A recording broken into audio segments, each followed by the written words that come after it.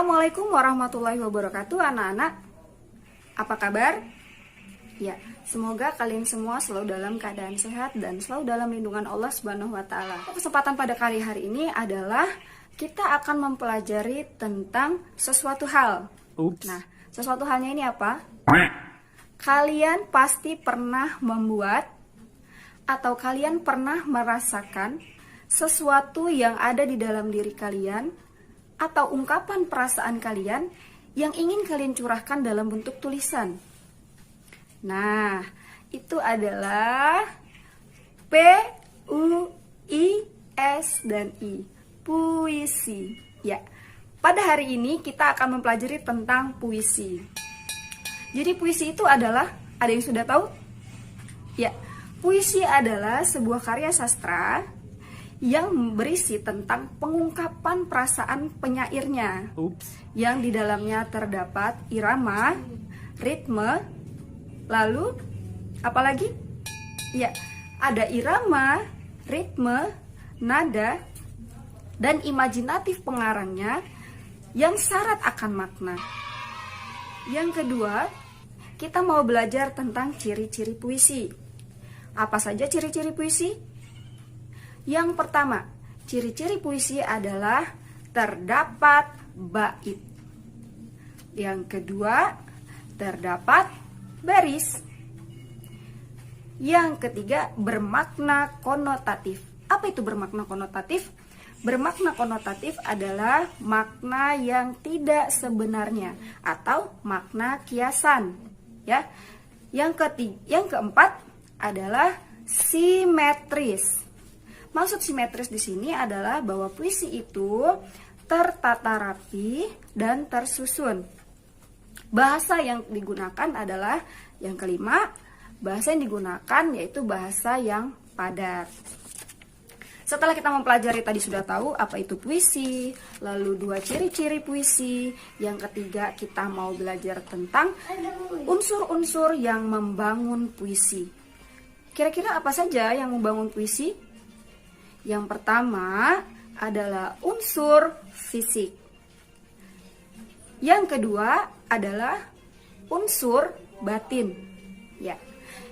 Oke, kalau gitu kita mau jelaskan dulu unsur fisik.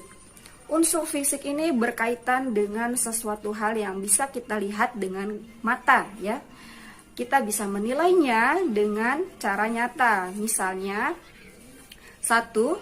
Diksi, 2. Tipografi, ketiga imajinasi, yang keempat ada rima. Nah, Ibu jelaskan, apa itu diksi? Diksi adalah pilihan kata yang dipilih penyair agar pendengarnya itu seolah-olah merasakan dan mengalami. Ya, yang kedua adalah tipografi. Tipografi itu apa? Tipografi adalah bentuk puisinya.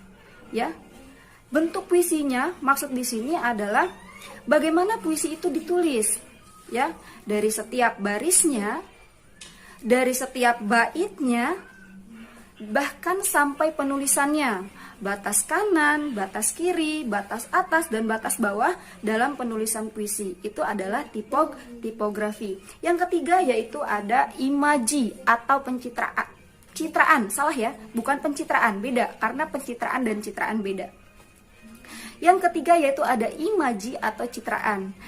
Citraan adalah cara pandang pengarang membuat dalam suatu gambaran, ya, gambaran seolah-olah si pendengar atau audiens itu merasakan apa yang dirasakan oleh penyair.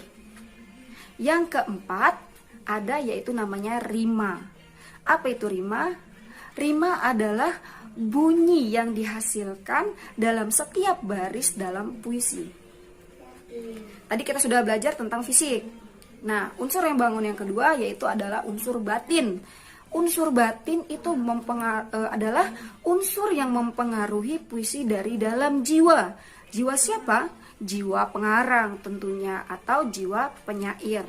Nah, untuk unsur-unsur yang membangun dari segi batin itu dikembalikan lagi, dibagi lagi menjadi 4. Yang pertama adalah tema, Yang kedua adalah nada. Yang ketiga adalah amanat. Yang keempat ada perasaan. Ya, yang pertama kita bahas dulu yaitu tema. Apa sih itu tema? Tema sama nggak dengan judul? Ya, tema sama judul itu berbeda ya. Kalau tema itu adalah yang menjiwai isi dari puisinya, ya. Tapi kalau judul itu adalah nama dari puisinya. Yang kedua yaitu ada nada. Nada adalah cara pengarang memposisikan audiensnya. Apakah di dalam pembacaan puisi itu audiens seperti digurui, ataukah audiens itu seperti diberitahu, ya. Yang ketiga ada amanat. Nah, amanat ini apa? Amanat adalah pesan moral yang terkandung di dalam puisi tersebut. Tentunya pesan-pesan penyair terhadap audiensnya atau pendengarnya. Yang keempat yaitu ada perasaan, ada unsur perasaan yang membangun si penyair itu untuk membuat puisi atau yang melatar belakangi penyair dalam membuat puisi. Bisa saja latar belakangnya itu tentang keagamaan, tentang sosial, tentang budaya, atau bisa saja tentang cinta. Nah, sekarang sudah yang keempat ya, yaitu bagaimana cara membaca puisi yang baik. Pada kesempatan kali ini, Ibu akan menampilkan puisi karya Chairil Anwar yang berjudul Aku. Kalian pengamati bagaimana cara Ibu membacakan puisinya. Lalu nanti Ibu jelaskan apa-apa saja yang harus diperhatikan dalam membaca puisi. Chairil Anwar. Aku. Kalau sampai waktuku, ku mau tak seorang pun kan lagi. Tidak juga kau. Tak perlu seduh sedang itu. Aku ini binatang jalang dari kumpulannya yang terbuang. Biar peluru menembus kulitku, aku tetap meradang, menerjang. Luka dan bisa ku bawa berlari hingga hilang. Pedih, perih, dan aku takkan peduli. Aku mau hidup 1000 tahun lagi. Nah, itulah cara pembacaan teks puisi Chairil Anwar yang berjudul Aku. Silakan kalian perhatikan ini puisinya. Hal-hal yang harus diperhatikan dalam baca puisi yaitu 1. Mimik. Mimik adalah bahasa wajah, ya. Ketika kita membacakan teks puisi, kalimat-kalimatnya harus sesuai dengan wajah yang kita tampilkan ke audiens. Misalnya perasaan sedih, mukanya harus sedih. Perasaan marah, itu mukanya harus marah. Yang kedua, ada gestur tubuh. Gestur tubuh adalah gerak tubuh. Ya, misalnya tadi meradang. Nah, meradang, menerjang gerakan tubuhnya. Lalu ada biar peluru menembus kulitku. Nah, bagaimana supaya audiens itu ikut merasakan apa yang dibaca oleh pembaca puisi. Yang ketiga ada artikulasi. Yang ketiga artikulasi ini adalah kejelasan kalimat yang kalian bacakan, ya. Misalnya tadi meradang, menerjang, ya. Tidak ada unsur ambigu di sini ya, kalimatnya jelas.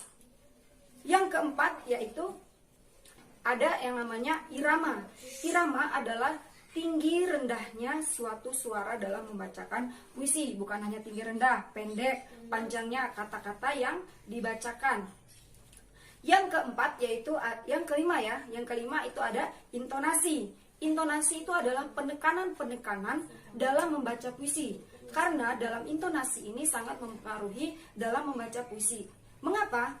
Karena setiap kalimat yang ada penekanan itu menghasilkan makna yang sangat dalam. Misalnya tadi kan, aku mau hidup 1000. Nah, kita tekan di situ kalimatnya, kita beri di situ intonasi yang sesuai.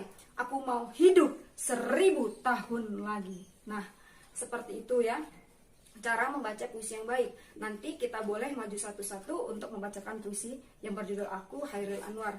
Itu saja materi yang bisa Ibu sampaikan pada hari ini. Mudah-mudahan apa yang sudah Ibu berikan bisa dapat dipahami.